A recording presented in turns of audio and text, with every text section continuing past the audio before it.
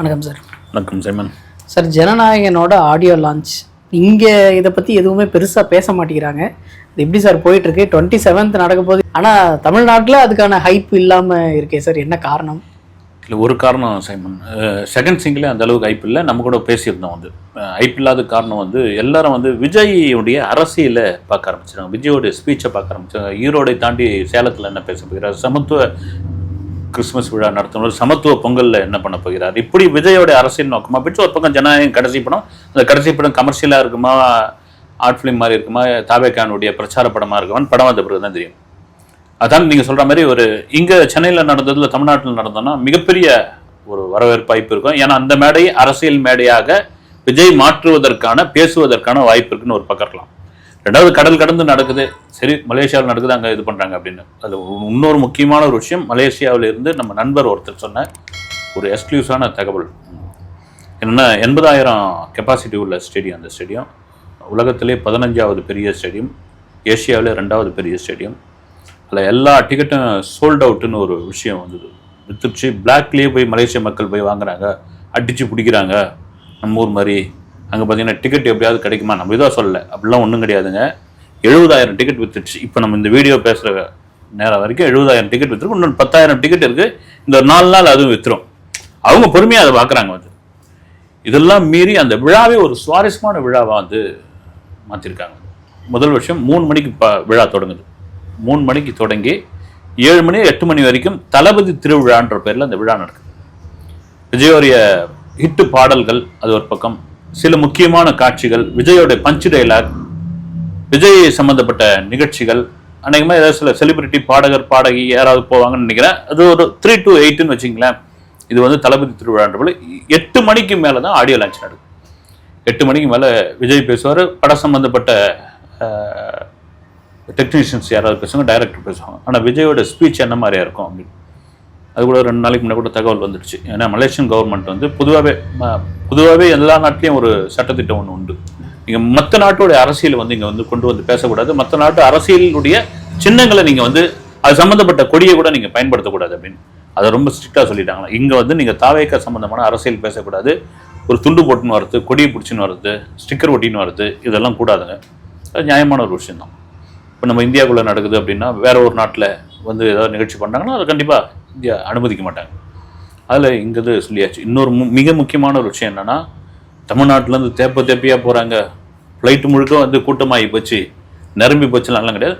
பெரும்பாலும் கிட்டத்தட்ட 85% இது வரைக்கும் வந்து டிக்கெட்டை, ஏன் 90% 95% மலேசிய மக்கள் தான் வாங்கியிருக்காங்க. ஆடியோ லான்ச்சுக்கான டிக்கெட்டை வந்து அங்கே ஆடியோ லான்ச்சுக்கு ஒரு இசை வெளியீட்டு விழாவிற்குன்னு விற்கக்கூடாது. அங்கே வந்து கான்சர்ட் அப்படின்ற பேரில் வந்து, ஏன்னா இளையராஜா உட்பட பல பேர் அங்கே பெரிய நிகழ்ச்சி இல்லாமல் நடிகர் சங்கமே ஒரு நட்சத்திர கலை விழா நினச்சிக்காங்க. அங்கே இருக்கிற இது என்னன்னா ஒரு கான்செப்ட் பேரில் தான் வந்து அதை கமர்ஷியலாக நீங்கள் கொண்டு வர முடியும்.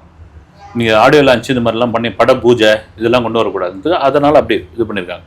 இதெல்லாம் மீறி விஜய் என்ன பேச போகிறார், அவர் எப்படி சொல்ல போகிறார், எந்த விஷயத்தை கையில் எடுப்பார், அப்படிதான் ஒரு பெரிய ஆச்சரியமான ஒரு விஷயமா இருக்கு சார். நம்ம எல்லா ஆடியோ லான்ச்லேயுமே அந்த குட்டி ஸ்டோரியை வந்து ரொம்ப எக்ஸ்பெக்ட் பண்ணுவோம்.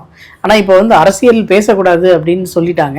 பட் ஸ்டில் அவர் வந்து அந்த குட்டி ஸ்டோரியில் ஏதாவது ஒரு ட்விஸ்ட் அண்ட் டர்ன்ஸ் வச்சு, இல்லை வேற ஏதாவது இந்த சமத்துவ கிறிஸ்மஸில் சொன்னார்ல அந்த மாதிரி ஏதாவது ஒரு கதை சொல்கிறதுக்கு வாய்ப்பு? நிச்சயமா அதுதான் சொல்லணும். நீங்கள் வந்து நேரடியாக தானே அரசியல் பேசக்கூடாதுன்றீங்க. இன்றைக்கி தான் இருக்காங்கல்ல வந்து இங்கே சமத்துவ கிறிஸ்மஸ் விழாவிலே யார் ஜோசப்பு, யார் பாழங்கிணறு, யார் தள்ளி விட்டாங்க, இன்னும் பெரு விவாதமாக போயிட்டு இருக்கு. வந்து வந்தார், ஒரு இதை போட்டு பற்ற வச்சுட்டு போயிட்டார், அவ்வளோதான். வந்து ஒரு ஜோசப்ன்ற ஒருத்தர் கணத்தில் பாழங்கணத்தில் தள்ளி விட்டாங்க, தன்னில் அவங்களை வந்து வெளியே அரசனா வந்து மன்னிச்சு விட்டாப்ல. இதுக்குள்ளே ஒரு அரசியல் இருக்குது பார்த்துங்க. ஏன்னா நீங்கள் அங்கே போயிட்டு கிறிஸ்துவ பெருவிழாவில் போயிட்டு தீய சக்தி தூய சக்தின்னு பேசினா மறுபடியும் ஒரு ரொம்ப ஆகும்.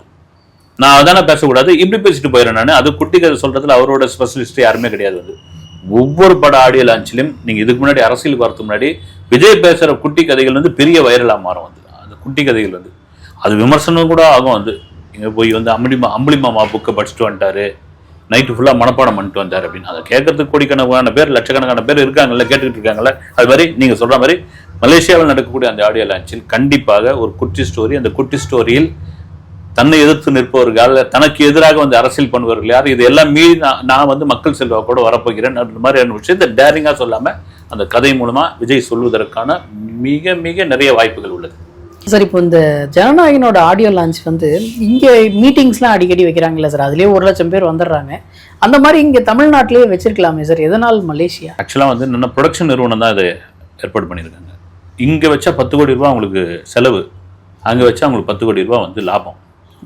அதுதான் வேற ஒன்று, எல்லாம் கமர்ஷியலாக தான் பார்க்குறாங்க. இங்கே வச்சோம்னா செலவு பண்ணணும், என்ன தான் ஸ்பான்சர் வாங்கினா கூட செலவு. ரெண்டாவது வந்து கரூர் சம்பவத்துக்கு பிறகு ஒரு விழா, அந்த விழா வந்து ஒரு நேரு ஸ்டேடியம் மாதிரி நடத்த முடியாது. ஒரு OMC மாதிரியான ஒரு மைதானத்தில் மதுரையில் வந்து ஒரு மாநாடு நடத்துகிறாங்களா, அது மாதிரி வச்சா இந்த திரைப்பட விழா வந்து அரசியல் விழாவாக மாறிடக்கூடாது அப்படின்னு விஜய் வந்து விரும்பியிருக்காரு. நீங்கள் பண்ணுங்க, அது வந்து திரைப்பட விழாவாக தான் இருக்கணும், இது வந்து தாவேகா விழாவாக இருக்கக்கூடாது அப்படின்னு. இந்த மாதிரியான காரணங்கள். சரி, மலேசியாவில் வந்து நிறைய எதிர்பார்த்துக்கிட்டு இருக்காங்க வந்து இங்கே விஜய் வரணும், கடைசி படம் இன்னும் கேட்டால் துபாயிலாம் கேட்டுருந்துக்கிறாங்க, அமீரகத்தில் இங்கே வந்து நிகழ்ச்சி பண்ணுங்க, நாங்கள் இங்கே காத்துக்கிட்டு இருக்கோம் அப்படின்னு வந்து. அதனால் இன்னும் கேட்டால் யூரோப்பில் பண்ணால் அதை விட பெரிய வரவேற்பு கண்டிப்பாக இருக்கும் விஜய்க்கு வந்து. அதாவது கடைசி படம், ஆனால் இங்கே இப்போ நடத்துறதை விட அங்கே நடத்துவோம், லாபத்துக்கு லாபம். அங்கே இருக்கிறவங்களுக்கு ஸ்பான்சர்ஸும் எக்கச்சக்கமாக கிடைச்சிருக்கு பொழுது இந்த நிகழ்ச்சிக்காக. அவள் தான் ஒரு கல்ல 3 மாங்காய் அடிச்சு தூக்கு. சார் இப்போ வந்து அந்த பராசக்தி ஜனநாயகன் அப்படின்ற டிபேட்டை தாண்டி யாரு கதை நல்லா இருக்க போகுது அப்படின்னு சொல்லி எடுத்து பேசிக்கிட்டு இருக்காங்க. இது எப்படி சார் நம்ம வந்து பார்க்குறது? ஜனநாயகன்ற ஒரு படம் வந்து கமர்ஷியலாக ரிலீஸ் ஆகும் அப்படின்னு நினைக்கிறதா? ஏன்னா அவங்க பகவந்த் கேசரியோட ரைட்ஸ் வேறு வாங்கியிருக்காங்க, அதனால ஃபுல் அண்ட் ஃபுல் கமர்ஷியலாக இருக்குமா?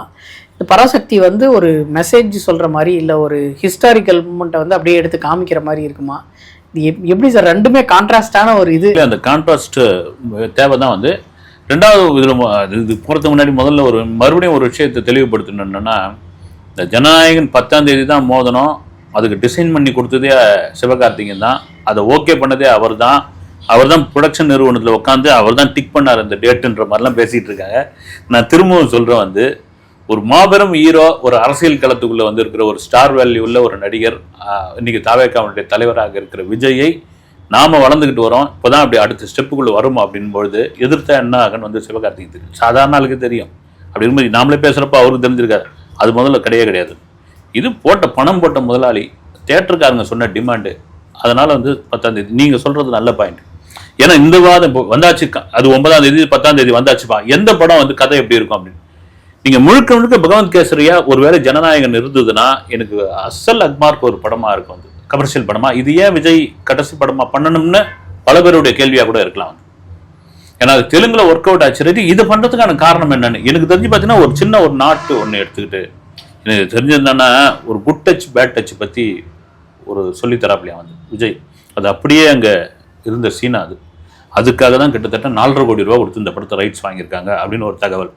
இல்லைங்க, முழுக்க வந்து அதாவது வந்து ஒரு 50% அந்த படத்துலேருந்து எடுத்துட்டு மீதி 50% வந்து விஜய்க்காக H. வினோத் பண்ணியிருக்காரு. ஆக்சுவலாக H. வினோத் ஒரு பேட்டியில் சொல்லியிருப்பாரு, நான் வந்து ஒரு செய்தியாளர் மாதிரி, ரிப்போர்ட்டர் மாதிரி நான் வந்து ஒரு சம்பவத்தை எடுத்து அதை படமாக்குவேன் நான் அப்படின்னு. எனக்கு கமர்ஷியலான ஆள் கிடையாது, நான் கமர்ஷியல் டைரக்டர் கிடையாது. அவருடைய படங்கள்லாம் அப்படி தானே இருக்கும், சதுரங்க வெட்டை, தீர்ண அதிகாரம் 1 இப்படிலாம் இருக்கும். நேர்கொண்ட பார்வை, பிங்க்னு ஒரு படம், அது உண்மையிலே வந்து அஜித்துக்கு ஏற்ற மாதிரி பண்ணியிருப்பாப்ல. இப்போ இதில் என்ன பண்ண போறேன்னு நான் சொல்ல விஜய் ரசிகர்கள்லாம் காத்துக்கிட்டு இருக்காங்க. வந்து கடைசி படம் எப்படிப்பா இருக்கும், ஒரு கொண்டாட்டமான படமா இருக்கணும் இல்லை உங்களுக்கு வந்து. அது ஒரு பக்கம் இருக்கும் பொழுது பல பேருடைய கருத்து என்னன்னா, என் கருத்து என்னன்னா, உண்மையிலே விஜய் பராசக்தி கதையில் நடிச்சுக்கணும், சிவகார்த்திகேயன் ஜனநாயகன் படத்தில் நடிச்சுக்கணும். பராசக்தி படம் வந்து விஜய்க்கான ஒரு படங்க. அது வந்து அந்த கதையை கேட்டீங்கன்னா முழு படமா தெரியல. நீங்க கதையை கேட்கும்போது ஒரு 60களில் தமிழ்நாட்டிற்குள் இந்திய உள்ள செலுத்துறாங்க, இந்திய ஆதிக்கமாக வராங்க, தொன்மையான ஒரு மொழியை வந்து திட்டமிட்டு அமுக்க பாக்குறாங்க அப்படின் பொழுது இளைஞர்கள்லாம் வெகுண்டு எழுறாங்க, வந்து கொந்தளிக்கிறாங்க. கல்லூரிகள்லாம் பெரும் போராட்டம் நடக்குது, உயிர் தியாகம் நடந்திருக்குது. வந்து அப்படியே ஒரு படத்தை அரசியல் களத்துக்குள் 2026 வரப்போகிற விஜய் அந்த மாதிரியான ஒரு படத்துல எடுத்து நடிச்சிருந்தார் அப்படின்னா அது எவ்வளவு பெரிய ஒரு தாக்கத்தை உண்டு பண்ணும். எவ்வளவு வள்ளுவர் கோட்டத்தில் ஒரு கண்காட்சிக்கு எவ்வளவு ஜனம் செய்யணும். ஆமா சார், அந்த பராசக்தி ஈவெண்ட் நடந்ததுக்கு அப்புறம் பயங்கரமான கூட்டம் வந்து கியூல நின்று பார்த்துட்டு இருக்காங்க. வந்து இன்னும் சென்னையில பீச் இருக்குது, விஜிபி மாதிரியான என்டர்டைன்மெண்ட் இதெல்லாம் இருக்குது, மால், அத்தனை மால் இருக்குது. அதை தாண்டி மக்களுக்கு பொழுதுபோக்குன்னு சொல்ல முடியாது, அதுல என்ன தெரிஞ்சுக்கலாம் போலாம் அப்படின்னு. இதுவே எனக்கு தோணுது, வந்து விஜய் இதெல்லாம் நடிச்சிருக்கலாமே அப்படின்னு தோணுது. வந்து ரைட்டு, 2 படம் வரட்டும், 2 நல்ல ஒரு விஷயம். தியேட்டருக்காரங்க, டிஸ்ட்ரிபியூட்டர் எல்லாரும் வரவேற்கிறாங்க. ஒரு பக்கம் வந்து ஃபேன்ஸுக்குள்ள சண்டை மூட்டி பார்க்குறாங்க. வந்து விஜய் ஃபேன்ஸ் ரொம்ப தெளிவாகிட்டாங்க. அதெல்லாம் ஒன்று சிவகார்த்திகேயன் எதிராலாம் வந்து அவங்க அந்த ரசிகர்கள் எதிராக ஒன்றும் இது பண்ண மாட்டாங்க. 9ஆம் தேதி ஃபர்ஸ்ட் ஷோவில் ஜனநாயகனுடைய இதுன்னு தெரிஞ்சிடும், 10ஆம் தேதி தெரிஞ்சு போயிடும். அதை தாண்டி இந்த 10 நாள் இருக்கு இல்லைங்களா, அந்த 10 நாளும் ஜனநாயகனை கொண்டாடுவார்கள் என்பதில் மாற்று கருத்து கிடையாது. 2 நாளைக்கு முன்னாடி தான் சமத்துவ கிறிஸ்மஸ் வந்து கொண்டாடினாங்க. ஆனால் நேற்று ஒரு வீடியோ வந்து ரொம்ப வைரல் ஆகிட்டு இருந்தது. ஒரு ஃபாதர் வந்து இந்த பிரசங்கம் வைக்கும்போது அவர் பேசின விஷயங்கள் வந்து ரொம்பவே அவர் டார்கெட் பண்ணி பேசினாரா இல்லை கேஷுவலாக பேசின மாதிரி தெரியல. பட் அந்த விஷயம் வந்து ரொம்ப வைரல் ஆகிட்டு இருந்துச்சு. 2 நாளைக்கு முன்னாடி அங்கே எப்படி நடந்தது, திரும்ப உடனே இப்படி நடக்குது. அங்கே நடந்த அந்த சமத்துவ கிறிஸ்மஸ் வந்து ஒரு ஈவெண்ட் தான். வந்து பார்ட்டிசிபேட் பண்ண எல்லாருமே பண்ணிட்டு கிளம்பிட்டாங்க. அவங்க வந்து சப்போர்ட்லாம் எதுவும் கொடுக்கல அப்படின்ற மாதிரிலாம் பேசிக்கிட்டு இருக்காங்களே சார், இதை எப்படி நம்ம பார்க்கலாம்? ஆமாம், ஏன்னா அது நடந்த விழாவை பற்றி கூட நம்ம பேசியிருந்தோம். அது ரொம்ப ஒரு நீட்டாக இருந்தது. வந்து அதில் வந்து சொல்கிற மாதிரி வந்து திரும்பவும் பார்த்தீங்கன்னா நீங்கள் அதுக்குள்ளே அரசியல் பார்த்தீங்கன்னா சிறுபான்மை ஓட்டை வந்து டார்கெட் பண்ணி எல்லாரும் நொத்து தான் செய்வாங்க. ஒரு இப்தார் நோம்புலேருந்து சமத்துவ கிறிஸ்மஸ்லேருந்து சமத்துவ பொங்கல்லேருந்து எல்லாம் பண்ண தான் செய்வாங்க. அது வந்து அவ்வளோ பேசியிருந்தாங்க. பாதிரியார்கள்லாம் வாழ்த்திருந்தாங்க. நீங்கள் தான் வந்து மீட்பார் அரசன் அதெல்லாம் சொல்லியிருந்தாங்க. அவங்க பாயிண்ட் ஆஃப் வியூவில் சொல்லியிருந்தாங்க. திடீர்னு தூத்துக்குடி பக்கத்தில் ஒரு பாதிரியார் பேசியிருக்காரு. வந்து அது கான்ட்ரவர்சியாக இருக்குது. படிக்கிற பிள்ளைகள்லாம் விஜய் பக்கம் போயிட்டுருக்காங்க, இது நல்லதில்லை, அவங்கள தடுத்து நிறுத்துங்க. விஜய் யார் தெரியுமா, 41 பேர் கொன்ற ஒருத்தர், அவருக்கு இந்த கை விலங்கிட்ட மாதிரி இவங்க கை கட்டி நின்றுருக்காங்கன்னும் போது இது அந்த கூட்டமாக அங்கே இருந்தவங்களே வந்து அந்த கூட்டத்தில் அட்டன் பண்ண அவங்க பங்கேற்றவர்கள், அந்த கூட்டத்திற்கு வந்து சில இளைஞர்கள் சில தாவேகா ஆதரவாளர்கள்லாம் வந்து கடுமையான எதிர்ப்பு தெரிவிச்சது. நீங்கள் வந்து ஏதோ நற்செய்தி கூட்டமாக ஏதோ மாசம் தான் நினைக்கிறேன், எது வந்து மாசம் தான் நினைக்கிறேன். ஆமாம், கூட்டத்துக்கு பிரசங்கம் தான், பிரசங்கம். ஆமாம், பிரசங்கம். அது ஒவ்வொரு மதத்துலையும் நடக்கிற பிரசங்கம். அது சம்பந்தமாக பேசிட்டு போகாமல் விஜய் அரசியல் ஏன் பேசுறீங்க, இதில் கொண்டு வந்து விஜயை எதிர்க்கிறீங்க, என்ன காரணம் அப்படின்னு அங்கேயே குரல் எழுப்பியிருக்காங்க. அது பக்கம் அது நிறுத்தப்பட்டதுன்னு நினைக்கிறேன் நான். அதன் பிறகு அந்த பாதிரியார் வருத்தம் தெரிவித்து ஒரு வீடியோ வெளியிடணும் அப்படின்னு கடுமையான இது பண்ணியிருக்காங்க. இது எதிர்பார்த்து தான் வந்து ஒரு வினைக்கு எதிர்வினை உண்டு. அது அங்கிருந்தே கூட வரலாம், எல்லாத்துலேயும் உண்டு. நீங்கள் ஏதாவது ஒன்றும் இல்லை சைமன், சமத்துவ கிறிஸ்துவ பெருங்கூட்டம் பேசின பிறகு எத்தனை அரசியல் தலைவர்கள்லாம் ட்ரிகர் ஆகியிருக்காங்க, கடுமையாக அதுவாகிருக்காங்க.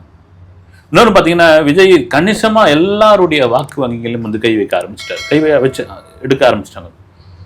நம்ம திரும்ப சொன்ன மாதிரி ஒரு பிசிகாரனுடைய திருமாவளவன் அவர்கள் என்ன சொல்லியிருக்காரு, வந்து பேசிக்கிட்டே வந்து பிஜேபியும் ஆர்எஸ்எஸும் பெற்ற 2 பிள்ளைகள் தான் வந்து சீமானோ விஜய்ன்னு சொல்றாரு. ஒரு கோபத்துடைய வெளிப்பாடு தான் அது. நீங்கள் காங்கிரஸில் பிரவீன் சக்கரவர்த்தி வந்து பேசிட்டு போனது வந்து முதல்வர் ஸ்டாலின் பயங்கரமான கோபத்தில் இருக்காரு அப்படின்ற ஒரு தகவல் வருது. கூட்டணிக்கு எங்க கூட வந்து பேசுறீங்க, தொகுதி பங்கீட்டுக்கு பேசுறீங்க, ஆனால் உங்கள் நிர்வாகியும் அதுவும் அகில இந்திய அளவில் இருக்கிற ஒரு முக்கியமான நபர் வந்து அவர் வந்து விஜய் கிட்ட பேசியிருக்காரு. விஜய் சம்பந்தப்பட்ட ஒரு போஸ்ட்டை வந்து சோசியல் மீடியாவில் போட்டிருக்காரு. அதை நீங்கள் நீக்க சொல்ல, அதுக்கான கண்டனம் சொல்ல. ராகுல் காந்தி ஏற்கனவே பேசுனதா ஒரு தகவல் இருக்குது, தாவேகா கூட இணைகிற மாதிரி. அப்படி இருக்கும்போது எப்படி வந்து நீங்க 70 சீட்டு கேட்டாங்கன்ற மாதிரி உறுதி செய்யப்படாத தகவலாக இருந்தாலும் முதல்வர் ஒரு பக்கம் கோபமாக இருக்காருன்னா, இதுக்கு எல்லா மூல காரணமும் விஜய் அப்படின்ற ஒரு நபர் உள்ள வந்துட்டதுனால அரசியல் களம் சூடுபிடிக்க ஆரம்பித்து விட்டது. இன்னும் நாட்கள் நெருங்க இன்னும் போக போக போக தேர்தல் நெருங்க அரசியல் களம், அரசியல் பலம் விஜயோடைய எதிர்ப்பு அரசியல் இதெல்லாம் அதிகமாகிட்டே இருக்கும். சரி, இப்போ அந்த டைம் லைன் பார்த்தோம்னா டிசம்பர் 27ஆம் தேதி ஆடியோ லான்ச்சு, 30ஆம் தேதி சேலத்தில் பேசுகிற மாதிரி ரெடி பண்ணிக்கிட்டு இருக்காங்க. அடுத்த வீக்கில் எப்படியும் ட்ரைலர் ரிலீஸ் ஆக போகுது. அதுக்கு அடுத்த வீக்கில் எப்படியும் ஒரு சமத்துவ பொங்கல் இருக்கும். இது நடுவில் வந்து ஏதாவது ஒரு ஊருக்கு போகிற மாதிரி ரெடி பண்ணியிருப்பாங்க. இப்போ வரப்போகிற நாட்கள் ஃபுல்லாகவே விஜய் அவர்களும் டிவிகே சார்பாக நடத்தப்படுற நிகழ்ச்சிகளும் ரொம்ப பேக்டாக இருக்குமோ அப்படின்னு சொல்லி இருக்கு. சில பேர்லாம் சோசியல் மீடியாவில் வந்து அடிக்கடி வெளியே வந்தால் விஜயோடைய மாஸ் குறைஞ்சி போயிடும், அதனால தான் வெளியே வரணும் அப்படிலாம் கிடையாது. வந்து நீங்கள் நடிகராக இருக்கும்போது ரைட், அதில் கூட எனக்கு நம்பிக்கை இல்லை. வந்து எம்ஜிஆர்லாம் அப்போ அடிக்கடி வெளியே வராமல் இருந்திருந்தா என்ன ஆயிருக்கும், வந்து எம்ஜிஆர்லாம் வெளியே வந்த பிறகு தான் அவருடைய மாசு அதிகமாச்சு. வந்து இதுக்கும் அவ்வளோ சோசியல் மீடியாலாம் இப்போ இல்லாத காலகட்டாங்க. வந்து ஒரு செய்தித்தாள்கள் மட்டும்தான் இருந்தது, வானொலி மட்டும்தான், தொலைக்காட்சி கூட கிடையாது. அந்த செய்தித்தாளில் அந்த ஃபோட்டோ வரது வந்து ஒரு வயதான பாட்டியை கட்டி பிடிச்சிட்டு இருக்க மாதிரி, அந்த பாட்டி எம்ஜிஆர் கன்னத்தில் முத்தம் கொடுக்குற மாதிரி, இதுதான் அந்த அவரை வந்து உயரத்துக்கு கொண்டு போன ஒரு விஷயம். எனக்கு தெரிஞ்ச விஜய் அடிக்கடி வெளியே வரணும், அடிக்கடி மக்களை சந்திக்கணும், அடிக்கடி வந்து முகத்தை காட்டணும், அடிக்கடி வந்து அரசியல் பேசணும், அடிக்கடி மக்களுடைய பிரச்சனையை பேசினாதான் அவருக்கான மாஸ் கூடும் என்பது என்னுடைய கருத்து. ஓகே சார், அடுத்த வீடியோவில் சந்திப்போம் சார். நன்றி சார். வணக்கம்.